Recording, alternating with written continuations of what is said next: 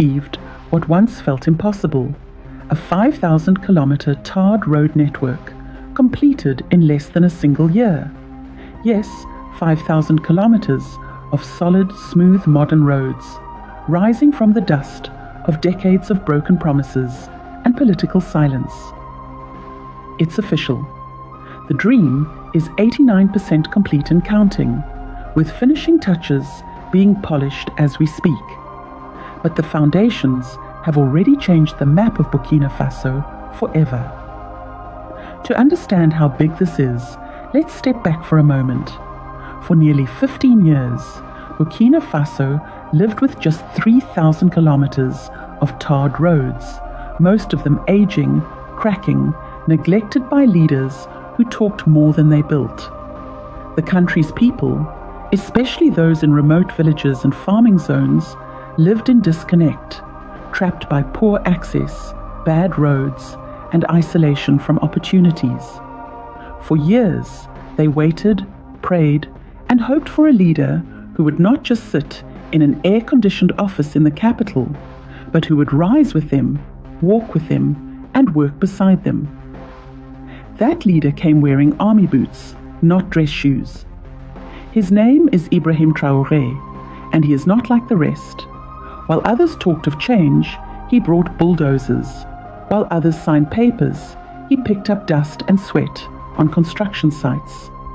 From the very start of the road project, President Traoré made it clear this was not just a road-building effort.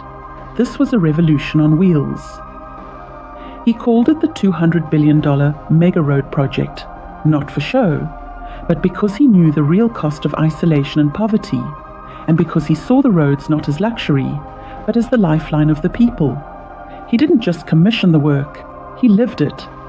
Again and again, he showed up personally at construction sites, surprising workers, checking the quality, asking hard questions, encouraging engineers, and sometimes staying for hours under the hot African sun. He made it clear, this is not for politics. This is for the people. From Ouagadougou to Bobo Dioulasso, from the north to the deep south, across rivers, dry lands, forests, and forgotten towns, the roads rise like veins of hope, spreading through the land. Now, farmers can get their crops to market. Students can get to school without walking for miles in mud. Mothers can travel for medical help without fear. Goods can move fast. Trade is booming. People are smiling. And something deeper is happening. The people now feel seen. For the first time in years, they say, a president comes to us. He walks our roads, eats our food, listens to our pain. And now, he brings us closer to one another. Villages that felt invisible are now connected. Towns that were fading away are now on the map. The youth, the same youth who once felt ignored, now ride their motorcycles and bicycles on brand new asphalt, waving flags, singing songs of pride, and wearing shirts that say, Faso Mebo, the country first. This road is more than gravel and tar. It is a symbol of what is possible when leadership meets love, when power is used for progress, and when a nation decides it will no longer wait for help, it will rise on its own. The $200 billion road project also brought thousands of jobs to young people, from machine operators to engineers, from bricklayers to safety officers. It trained a new generation in construction, planning, and public service. Schools now teach road safety. Businesses are springing up along the highways. Even roadside food vendors are seeing new customers every day. And as the sun sets on the fresh asphalt, grandmothers sit outside and say, "This is the Burkina Faso we prayed for." What makes it even more powerful is the speed.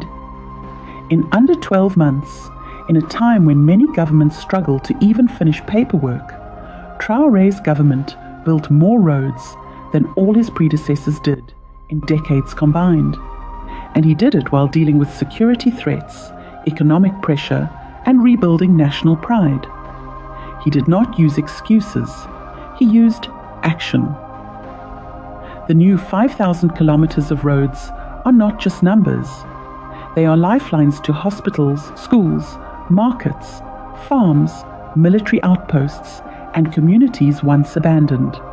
And guess what? This is just the beginning.